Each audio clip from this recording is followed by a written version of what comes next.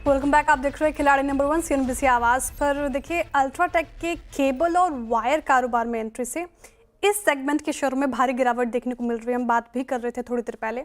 और अल्ट्राटेक ने 1800 करोड़ की लागत से गुजरात के भरूच में नया प्लांट लगाने की ऐलान किया है, जो दिसंबर 2026 से कमीशन होने की उम्मीद है।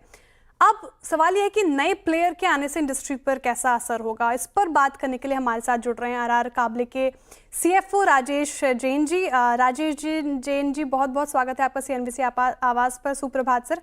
सबसे पहला सवाल तो यही होगा मेरा कि जिस तरीके से बड़ा ग्रुप, बिरला जैसा बड़ा ग्रुप इस पर्टिकुलर सेगमेंट में, केबल एंड वायर सेगमेंट में इसकी एंट्री हो रही है, इसको कैसे देख रहे हैं आप? क्या इसकी एंट्री के साथ ही आप अपने मार्जिनल ग्रोथ को लेकर कंसर्न है? क्या मीडियम टू लॉन्ग टर्म में इस पर असर देखने को मिल सकता है? थैंक यू श्रेया जी, आपको चैनल पे हमें बुलाने के लिए। और अगर से देखिए कि ये इंडस्ट्री बहुत बड़ी है, मतलब करीब 85,000 से 90,000 पर करोड़ की अभी इंडस्ट्री साइज है, और ये हर साल करीब 15% से ग्रो हो रही है। और अगर अल्ट्राटेक जैसे प्लेयर आते हैं तो ऐसा नहीं कि पूरा मार्केट डिस्टर्ब हो जाता है। ठीक है, कंपटीशन बढ़ता है, बट अगर अच्छे प्लेयर आते हैं तो जो बड़े क्वालिटी कॉन्शियस प्लेयर है उनके लिए तो ये अच्छी बात है। तो हम अगर देखें कि पहले तो इस प्लांट को आने में कम से कम 2 से 3 साल लगते हैं, आज इस साइज का अगर कोई प्लांट लगाते हैं। प्लस फिर ये डिस्ट्रीब्यूटर ड्रिवन पूरा मार्केट है, जहाँ पे डिस्ट्रीब्यूटर, फिर रिटेलर और इलेक्ट्रिशियन, तो वहां तक कनेक्ट करना तो थोड़ा टाइम भी लगता है। तो अगर ये 4 से 5 साल बाद देखें तो हो सकता है 5 साल बाद थोड़ा एक कुछ साइज उनका मार्केट शेयर हो सकता है। तो इसलिए अभी ऐसा कोई बहुत बड़ा डिस्टरबेंस हमें नहीं लगता है, और बल्कि हम तो इसको पॉजिटिव लेते हैं कि जो इंडस्ट्री बहुत फ्रेगमेंटेड है और आज भी इसमें 30 से 35% अनऑर्गेनाइज्ड प्लेयर हैं, तो उनके लिए ये हो सकता है टफ हो, लेकिन हम जैसे लोगों के लिए जो क्वालिटी में काफी आगे हैं, ये काफी पॉजिटिव है। और हम इसको देखते हैं कि इसमें हम भी एक बड़े प्लेयर, अपना जो हमारा जो प्लान है, बिजनेस प्लान, उसको आगे इसी तरह बढ़ाते रहेंगे। So there is no change is expected in our business plan. बिल्कुल सर, बिल्कुल। लेकिन सर, जिस तरीके से आपने बात भी की कि 2-3 साल में देखने को मिलेगा इसका असर, कंपटीशन तो जाहिर सी बात है बढ़ेगा ही। तो क्या, क्योंकि अब घर में कंपटीशन बढ़ गया है, तो आप आपका ज़्यादा फोकस अब एक्सपोर्ट पे रहेगा? ऐसे कुछ रणनीति लेके चल रहे हैं फिलहाल? नहीं, एक्सपोर्ट तो हमारा वैसे भी बहुत स्ट्रांग है। अगर आप देखिए कि हम आज की तारीख में सबसे बड़े एक्सपोर्टर हैं वायर एंड केबल में, और हमारा ऑलमोस्ट 28 से 30% रेवेन्यू एक्सपोर्ट से आता है, which is like making us very big exporter. We are, हम करीब 90 कंट्रीज में हम एक्सपोर्ट कर रहे हैं। तो इसलिए वो तो हमारा फोकस पहले भी था और आगे भी रहेगा।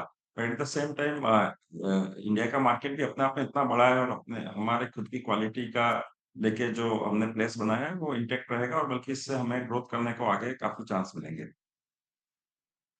लेकिन सर, मुझे सवाल ये भी है मेरा कि आपके केबल बिजनेस से कितने सेल होते हैं, वायर बिजनेस से कितने सेल होते हैं? इसको थोड़ा समझाइए हमें।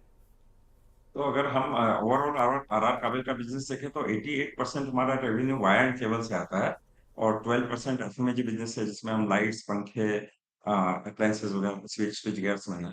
और ये जो 88% है, इसका अगर फर्दर ब्रेकअप देखें तो करीब करीब 70% वायर से आता है, 30% केबल से आता है।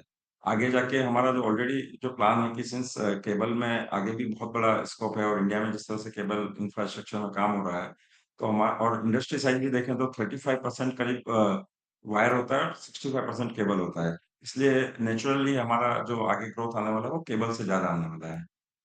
और केबल इसमें से एक्सपोर्ट्स में भी काफी अपॉर्चुनिटीज अभी हम देख रहे हैं, काफी डिमांड एक्सपोर्ट में भी है और डोमेस्टिक में भी है, इसलिए केबल पे ज्यादा फोकस है अभी।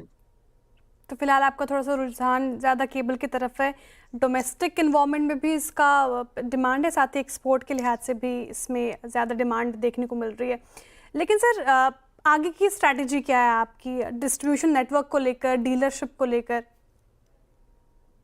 जी, इसमें ऑल इंडिया में हमारा नेटवर्क है, लेकिन अगर वैसे ज्योग्राफी के हिसाब से देखें तो हम नॉर्थ और वेस्ट पार्ट ऑफ इंडिया में काफी स्ट्रांग है, लेकिन एट द सेम टाइम हमारे पास साउथ और ईस्ट इंडिया में भी काफी अपॉर्चुनिटीज है। तो हमने डीलर नेटवर्क ऑलरेडी एक एस्टेब्लिश कर लिया है।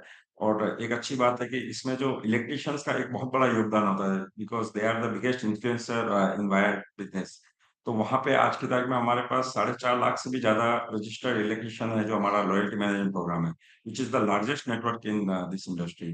तो इस तरह से हमारा एक जो बेसिक इंफ्रास्ट्रक्चर होता है, डिस्ट्रीब्यूशन नेटवर्क होता है, रिटेल नेटवर्क होता है, वो काफी अच्छा है, और आगे भी इस पे फोकस रहेगा और जहाँ पे हमें मार्केट शेयर में कम है वहाँ पे अपन ज़्यादा ध्यान देके उसको बढ़ाएंगे।